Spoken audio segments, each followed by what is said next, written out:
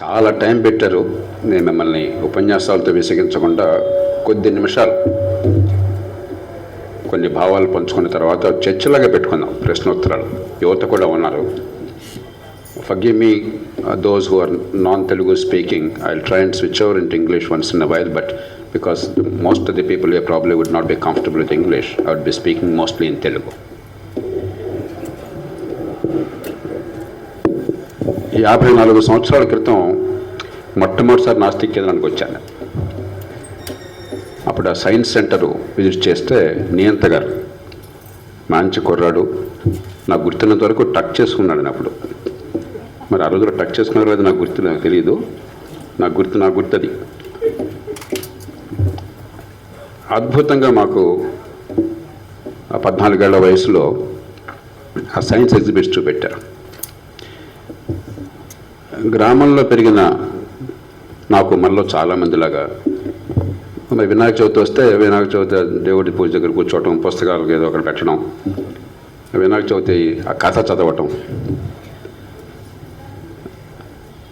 అంత అలవాటుగా ఉండేది. ఏమిటో తెలియకుండా దేవుడు అనేది మనకి తెలిసి కాదు, అదొక సంప్రదాయంగా వచ్చేసింది.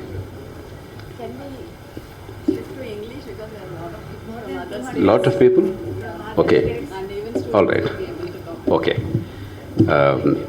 I'll try and use both because I'm also concerned about the others who might not follow English, because language is a very big barrier. I reckon English is a natural language now for me, like for many of us, because though I grew up in Telugu, I think in English, I read in English, and when I speak in Telugu, I translate instantly into Telugu. So English is natural and easy, but ultimately we have to look at the audience and their concerns. So like all children who grew up in rural India. Okay. Without knowing what it is, as a part of our Indian culture, for 99% of Indians are believers in God in some form or the other, whether Hindu, Christian, Muslim, Sikh, Jain, whatever be the faith. About 99% of Indians, probably India is the most God-fearing nation on earth. And the literature I read in a village, there was hardly any literature available. So I remember Panduranga Mahatyam. My aunt who raised me, she had that book. So all these great saints of the Bhakti movement of Panduranga. And then my grandmother used to have Brahmangari Charitra, Potuluri Veerabrahmeswara Swami Charitra. Again, all these miracles and God-men and so on and so forth. That was the staple diet. At the age of 13, I came to Vijayawada to study in Loyola College, intermediate, in 1969. For the first time, my eyes opened up. I started reading Bertrand Russell. One of the first books I read was Why I Am Not a Christian. When I mentioned this publicly, many Christians were offended that I was actually challenging Christian faith in particular. No, nothing of the kind. Incidentally, I read that book. That's the title. Because Russell was born in a Christian family, therefore he took that as the starting point. Once he challenged the notion of God, very logically and rationally, it occurred to me that perhaps many arguments in favor of God collapse in the face of reason. Because the most important argument is that who has created this all? When you look at the universe, your planet Earth, a very small, fragile, isolated, lonely, little planet somewhere in the far corners of the universe, in the Milky Way.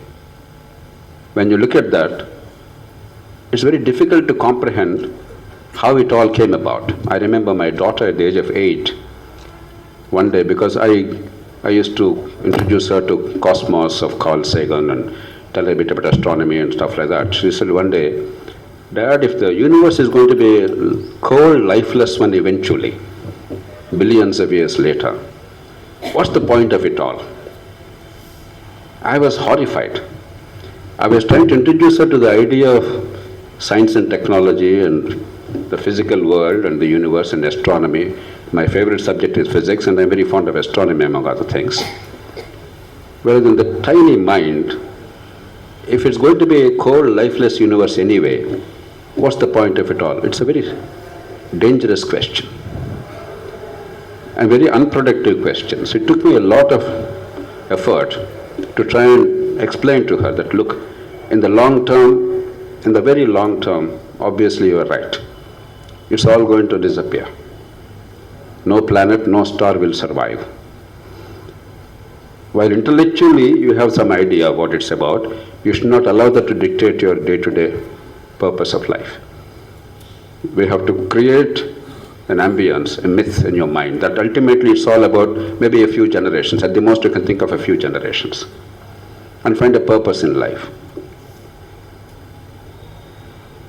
But as I said, at the age of 14 I came here. I still remember that wonderful instruction to science and how much of the superstition and stupidity disappears once you understand the causality.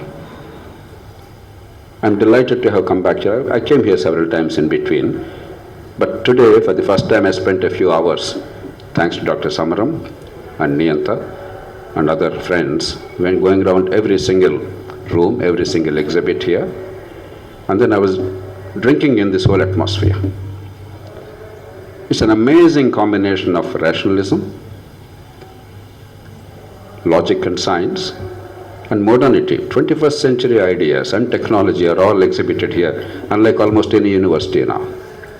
I'm amazed that at the age of 86, Dr. Samaram looks at artificial womb and additive manufacturing, what we call 3D printing, the space science and technologies, and so on and so forth. Robotics is incredible. And my genuine tribute to a wonderful human being, that at the age of 86 he is probably the youngest man here. Young in spirit, young in mind, and I dare say young in body too. I think he'll give a stiff competition to many of us in walk or in physical activity. And that's the way to live. A full, purposive, productive, meaningful life, as long as life is available to us. I will not take much of your time. I would like to focus on three broad ideas. We don't require to convert each other. The fact that we are sitting here means that we already are questioning much of the traditional received wisdom that is handed out to us. So we don't have to persuade each other. But we also have to look at certain issues. Like my daughter asked the question, if it's going to be a cold, lifeless universe eventually, what's the purpose of it all? So my first broad point is, at least from my perspective, it doesn't matter to me whether God is there or not. I used to fiercely argue as a young kid in Loyola College when my moral science teacher, Father Thekamuri, obviously they would say that there is a God, and I used to challenge the notion of God. I no longer challenge that. I don't care. If your God is pantheistic, I have no problem. As long as your God does not encourage superstition, hatred, and violence, I'm not really bothered. I keep telling people that I'm an agnostic. Many people say an agnostic is a cowardly atheist. He doesn't dare to admit openly that he's an atheist, and therefore he claims to be agnostic. I probably belong to that category. But what matters is, even if there is no God, I believe there is a sin, not in the biblical sense, but a concept of evil, wrong, something fundamentally wrong. I truly believe that there are two great sins. The first great sin is unfulfilled potential. Every child, every baby, irrespective of the circumstances of birth, is endowed with enormous potential by nature. And if you believe in God, by God, it doesn't matter who endowed that potential. But if human society is incapable of fulfilling that potential, nurturing that child, giving an opportunity to flower, to me that's a great sin, because humans, unlike any other species, require that nurturing. Every other species, we all know when a cow calves or when some other animal gives birth to a baby, within minutes the baby will stand up and start walking or running. Only the human child requires years of nurturing. It's unique because of our evolutionary, biological, specific nature. I don't want to go into anatomical and physiological alterations that necessitated it, but we're unique. Though we are all like any other animal, any other living form, we are unique in the sense that only human species requires years of nurturing. And therefore, what nature endows is not enough unless society actually fulfills that potential. The second great sin to my mind is avoidable suffering. What cannot be avoided for want of knowledge or ability, there's nothing we can do except grieving. But what can be avoided and eliminated, if that suffering still continues, to me that's a great sin. If we judge our society by these two standards of unfulfilled potential and avoidable suffering, India, I dare say, is home to the largest sum total of sin on planet Earth. No other country suffers as much as India does from unfulfilled potential and avoidable suffering. I'm not one of those India bashers. I'm very proud of our country, our heritage, our culture, our civilization. I'm a great optimist.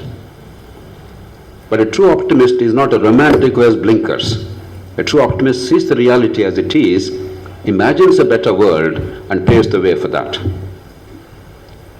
Therefore, these are the expressions of an optimist, a genuine optimist, not a pessimist or a person indulging in self-flagellation. Therefore, my appeal to all the rationalists, now let me switch over from atheism to rationalism. Fundamentally, we're all rationalists and humanists. We try and find a causal relationship, and we try and link our understanding and intellect to the betterment of humanity. So from that perspective, what I would like is, can we focus our energies on eliminating superstition, as this wonderful center has throughout its history done it and is continuing to do it, eliminate all forms of violence and hatred. And can we focus on eliminating these two great sins? Look at our school education. We are appallingly bad for a society which has thousands of years of culture and civilization, a culture of respect for learning. We are incredibly uneducated as a society today. I dare say we are even illiterate, not only uneducated, we are actually illiterate. A vast proportion of Indian kids, about 80 to 85%, know almost nothing after years of schooling, almost nothing. Only about 15 to 20% of engineers can call themselves engineers, though even that is somewhat loose. 80% know practically nothing after engineering. Not because the kids are not bright. They are bright. But we created a monstrous, disgraceful educational edifice. If you don't set it right, there cannot be rationalism, there cannot be humanism, there cannot be economic growth, there cannot be progress. And we continue to be beset by these sins. And it's easy to set it right. Healthcare is a little better if you take the totality of the picture, because technology is helping us a great deal. But about 60 million people, 6 crore people, are descending into poverty every year. 6 crore people, almost the population of Britain. On the 1st of January in the year, they were not poor. By the end of the year, they are poor by our standard. 6 crore people per year on account of ill health or inadequate access to health care. How are we still coming out of poverty? Because the net flow is positive. Poverty line is not a stagnant one. People descend into poverty, people come out of poverty, and the margins of survival. And therefore, if 64 million people come out of poverty, 60 million people descend into poverty, there's a plus 4 million. Then imagine a world where healthcare is reasonably accessible to everybody, Therefore, this descent into poverty does not take place. Within a few years, without doing anything else, we can eliminate poverty from this land. It is that simple. We have all the factors in favor of it. In the 2 Telugu states, 45 lakh people are descending into poverty every year. 26 lakhs in Andhra Pradesh, 19 lakhs in Telangana. Every year, descending into poverty. This is the first plot point I want to make. Let us rethink rationalism and atheism and make fundamental goals to give equitable opportunity to the children born on this land and to eliminate avoidable suffering. Let's make them the fundamental goals and use all our knowledge and passion and effort to accomplish these two objectives. The second broad point, particularly for the young people here, the children. You know, you live in a fantastic age. We all live in a fantastic age. Things unavailable to emperors and kings and dictators 50 or 100 years ago are available to most of us most of the time. It's amazing. We lament about what is wrong, but we forget how wonderfully the world is changing for the better. I know when we see many things that are wrong in this world, the violence, the abuse of human rights, the tyranny you witness, and acts of terror, you think the world is a terrible place. It's not. Never in human history has the world been better than today. It doesn't mean our world is perfect. It means our world is getting better and better and better every day. Never was the world less violent than today in human history.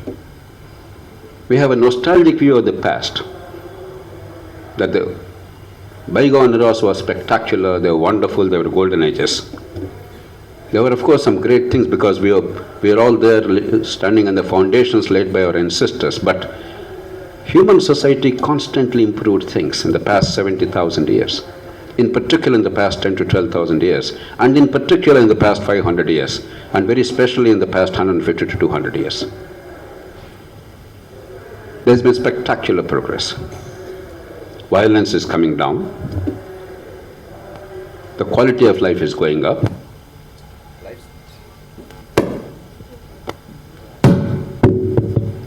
Lifespans are expanding. Disease burden is coming down. Our knowledge is exploding, the comforts of life are increasing, our freedom itself is expanding in general. The world is getting better, not worse. I want all of us to understand, because far too many people are pessimistic.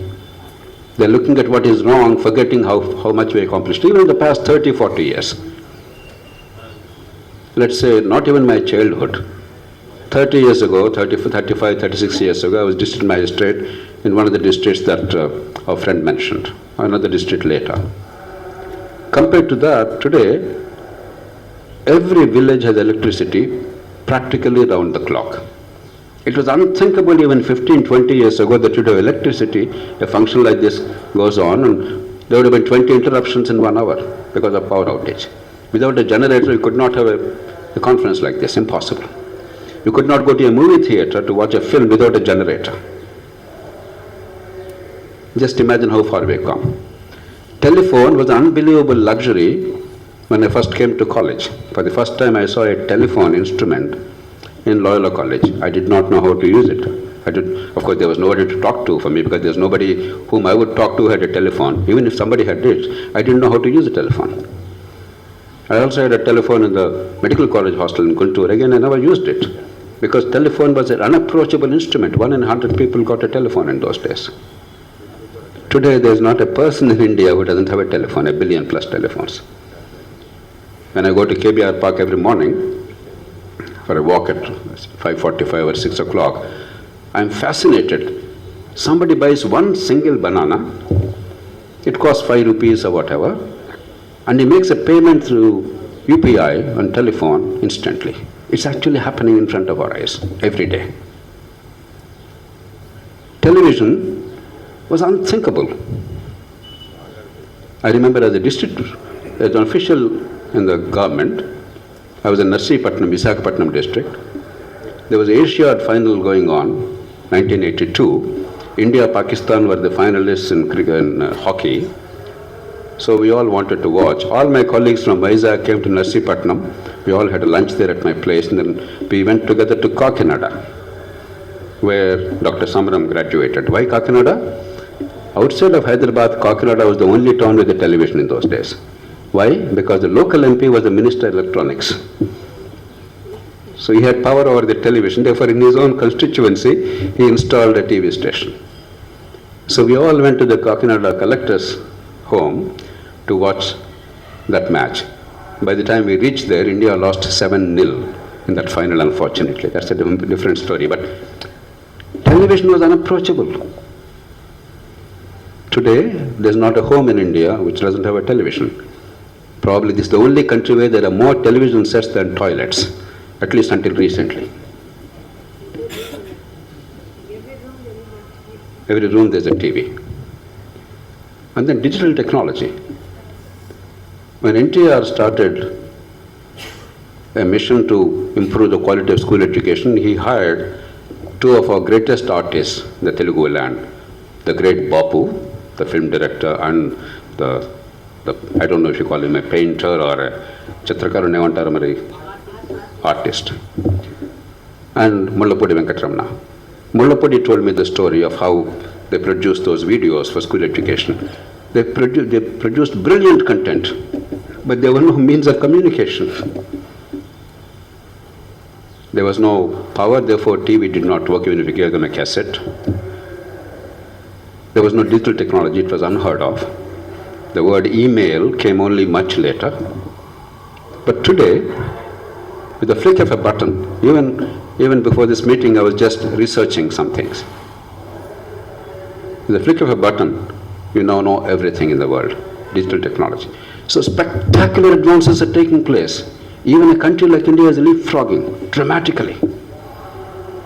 And the world is getting better and better and better. So give up the cynicism and despair and pessimism. It does not mean things are wonderful. It does not mean things are all good. It means that we can make them better. There's not a challenge in the world today we cannot confront with the existing knowledge and resources, including global warming, from local to global problems. But the challenge is, how do you make that accessible to everybody? And how do you combine the best of our tradition with the best of modernity? I was delighted to see the respect for tradition here in this Nastik Kendra. I saw a portrait of Charaka and Shushika. I saw a tribute paid to the sensible elements of yoga. Because we are not disconnected from the past. We are built on the foundations. It is the superstition we are opposed to. It is the hatred and bigotry that we are opposed to. We recognize that we stand on the shoulders of our ancestors. The unique feature of human society is that we alone have the ability to A, learn from others, and transfer our learning to our peers and the next generation. No other animal has that privilege. And we have the gift of speech. Sometime around 75,000 years ago, a spectacular thing happened. While other features were there already as part of evolution, we developed the gift of language. That changed everything, gift of speech. For the first time in the planetary history, we could learn from others' experience, not your own personal experience, and you could transfer that knowledge to next generations. Therefore, each generation learns everything that the earlier generations accumulated. And if they add a little bit more, that generation is better off. And generationally, we change spectacularly. We are nothing but the cumulative sum total of all the learnings, the best of humanity, in about 70 to 80,000 years. And if you simply learn the best things from the past, and understand our own history, the journey of humanity. Journey in life and journey physically in terms of migration. If we understand human migration, I think much of our stupidity about race, about religion, about all bigotry will disappear. Now we know for sure that all of us, wherever we live on planet Earth, we all arose from a small number of women, probably in the Rift Valley of Kenya, in East Africa.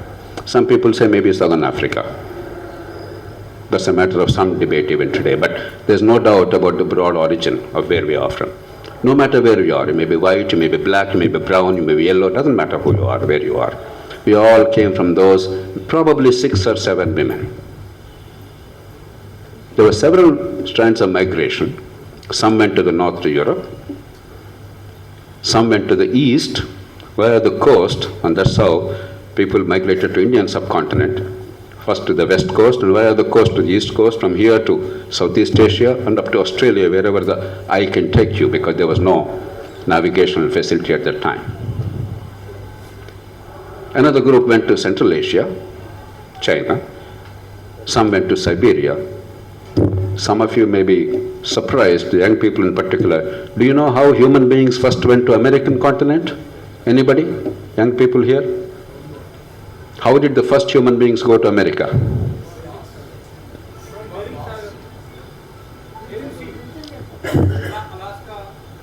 So how did they go?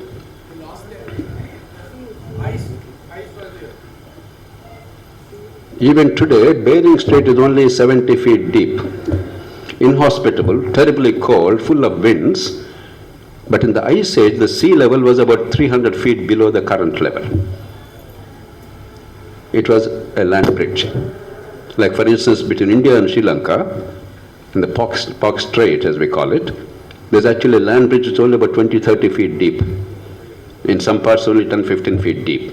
Whereas the sea was about 200 feet below the current level. So they were connected. People, some 12,000 years ago, they simply walked across the Bering Strait via Siberia at the height of the Ice Age. A small number. They went to Alaska. It took 3,000 years for them to cross the Alaskan Ridge after going to Alaska. Once they crossed the Alaskan Ridge, in about 1,000 years, from the north of Canada to the southern tip of South America, 8,000 miles, they colonized in just 1,000 years. We are all one. Chinese argued until recently that they were a different species. Every country, every civilization believed that we were specially anointed by God. Chinese too believed that. But genetic studies have proven beyond any doubt that we all have one origin. We are genetically related, incredibly related.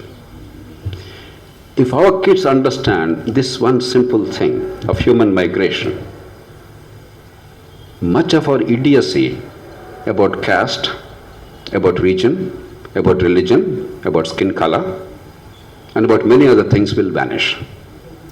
We don't know how to argue much. True education is missing. So this is the message that I think we have to pass on to the next generation. You live in a fantastic world, a world of immense possibilities, greater than ever before in human history. What an Akbar or an Ashoka could not even dream of, you and I enjoy today. This electricity and lighting, this public address system. In the times of Lincoln, they had to bellow. There used to be gathering here.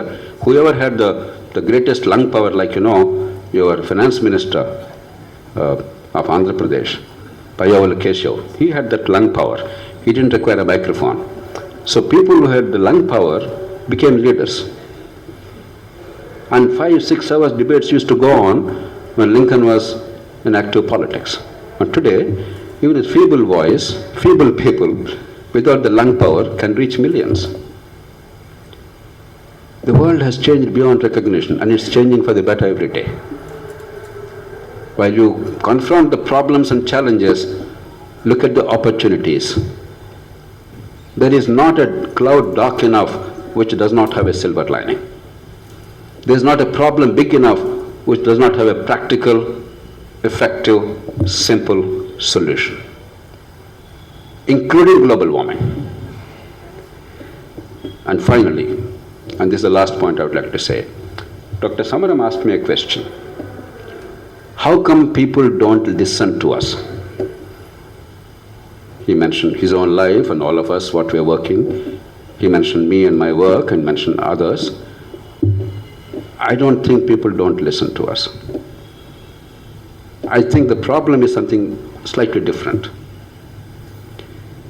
Human beings, and here is I'm going to be a little sharp about humanity. We exaggerate human beings' capacity to change in the short term. Throughout history, in every culture, in every society, there were always a few pioneers who saw far ahead.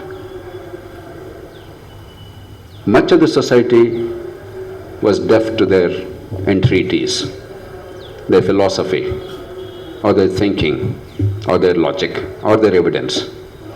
From Galileo to Copernicus, you name it, anywhere in the world.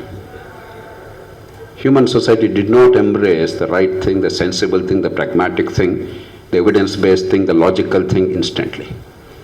But a few people, they had the ability to see farther, and then they moved the needle. But over time, generationally, by cumulative impact of the experience, once they understood the value of what is being taught, not through logic, but through experience, humanity embraced it. Let me tell you one story, a real story, and conclude. In 1819, a baby was born in the then Hungary, in Austro-Hungarian Empire. That baby was named Ignaz Semmelweis. Ignaz Semmelweis rose to be a physician in Europe. In those days, Vienna was the seat of the empire, Austro-Hungarian Empire, and even today Vienna is an incredibly important cultural center in Europe. In those days it was the center. So Semmelweis went there to practice medicine. In those days 25 to 30% of women, 25 to 30% of women, pregnant women, used to die after childbirth. Imagine 1/4 of women dying after childbirth. If there were 100 childbirths, about 25 died. The mothers died. They did not know why. The mothers got fever. They called it puerperal fever. Balanta Choravanavad. They did not know why. They had no clue, because the word infection was not invented. Bacteria were not discovered. We had no understanding of disease. As late as 1840s, we did not know. We had no clue.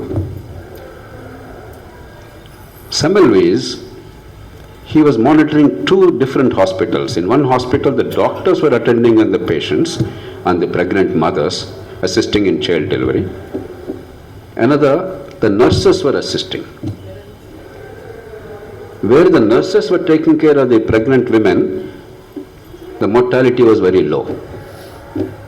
Very few people, mothers died. Where the doctors were attending, mortality was very high. He started thinking. Remember, the word infection was not known. That was much later. What we call empiricism. By empiricism, he discovered the nurses were washing their hands properly before going to every woman in labor to assist her. Whereas the doctors, they were doing dissections of the dead bodies. They were teaching medical students.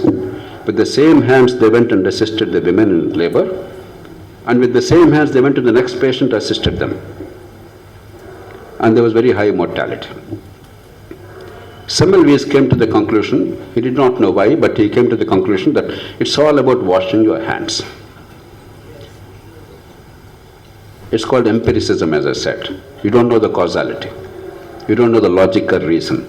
But observation told you that this works, and that doesn't. And he was passionate. He tried to educate not the people of Europe, the doctors of Europe, whose job it was to save human lives. By definition, a doctor's job is to save, right? A doctor, by definition, is a scientist. So he told the scientists, whose job it was to save human lives, please wash your hands. I do not know why, but if you wash your hands, many more women live. If you don't wash your hands, women are dying in large numbers after childbirth. If human beings really are as smart as we think they are, what should the doctors be doing when their job is to save lives? This man is shouting from rooftops, let us try. Is it true? Let us try. Not one doctor did that. Remember, by 1840s, Industrial Revolution was in progress. The British Industrial Revolution, historians say, was between 1760 and 1840. Technology was part of life. Industrialization was already taking place in a big way. Manufacturing was coming into vogue.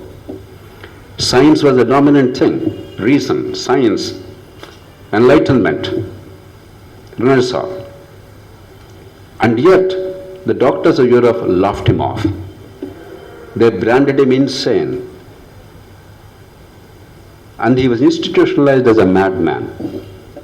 For wanting to save lives, for wanting to communicate what he observed scientifically, he was branded as a madman. Semmelweis was put in a mental asylum. For those who are of my age and older, you would remember in our childhood when somebody was branded pichekindi and em chesevaalla rojullo. Even 50, 60 years ago, pichekindi ante naaku baga gurtundi వేప మండలతో కొట్టేవాళ్ళు.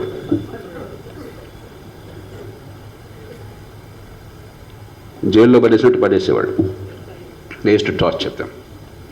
And 1850s, he was institutionalized. What was the treatment given to him? He was beaten black and blue. Finally, 1865, at the age of 46, Semmelweis died of the injuries he sustained because he got infection, sepsis. He died of sepsis for the sin of telling the fellow doctors how to save pregnant women after childbirth. That's the bad news. But what's the good news? Why should we therefore believe that humanity can do better? Of course, an individual, a great human being who was passionate, who was humanist, who was scientifically accurate, he had to pay the price with his life. But look at the big picture. A generation later, within 20 years, 3 great men came, influenced by Semmelweis' life and work. Some of the names are familiar to some people here, some may not be. One was Robert Koch. Men of science, men and women of science and medicine, they would know Koch. Robert Koch was the man who discovered tubercle bacilli. Koch was the man who came up with what are called Koch's postulates. If you say the COVID virus, SARS-CoV-19, that virus caused COVID disease, you don't say it casually. There are certain standards of proof. To say that something caused this disease, there is a standard of proof. There are 4 postulates. Even today, the modified Koch's postulates are the gold standard in determining the causality of disease. So Robert Koch. The second name is familiar to many people, a name called Louis Pasteur. Remember Pasteur? Louis Pasteur. Louis Pasteur was the man who came up with pasteurization, the germ theory of disease, and so on and so forth. So Pasteur. The third man, called Joseph Lister.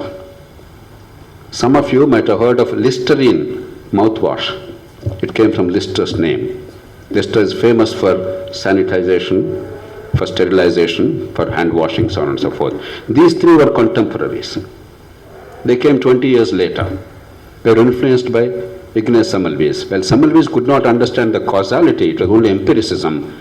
By this time, the germ theory, they understood the bacteria, they understood much better the causality of disease, and they understood how to prevent that, and therefore the world changed. When in 1865, Semmelweis had to pay the price with his life. By 1880s and 90s, the world changed. Millions of women's lives were saved. Many more millions of other lives were saved because we understood infection, we understood sterilization, we understood cleanliness. This is the answer to Dr. Samram's question. In the short term, sometimes things appear gloomy. In the long term, we are smart enough collectively as humanity to understand what is in our self-interest, not what is logical, what is in our self-interest. Once you experience it, or learn through experience over a lifetime, over a generation, then things dramatically change. And that's why in the short term things are always a little gloomy. In the long term they're always optimistic. And that's what should really propel us. We are also grateful to this wonderful institution, to this wonderful family, to these intrepid, rational, public-spirited, humane individuals and leaders who influenced thousands, transformed the lives of millions, who are keeping the torch of rationalism and humanism alive. I cannot emphasize this enough because I'm one of those touched by the work done by this institution. Thank you for the work you have done, Samaram Garu, and your late father, the great Gopura Ramachandra Garu, and all of you, and many, many others across the Telugu land, across the southern states of India, and across the country at large.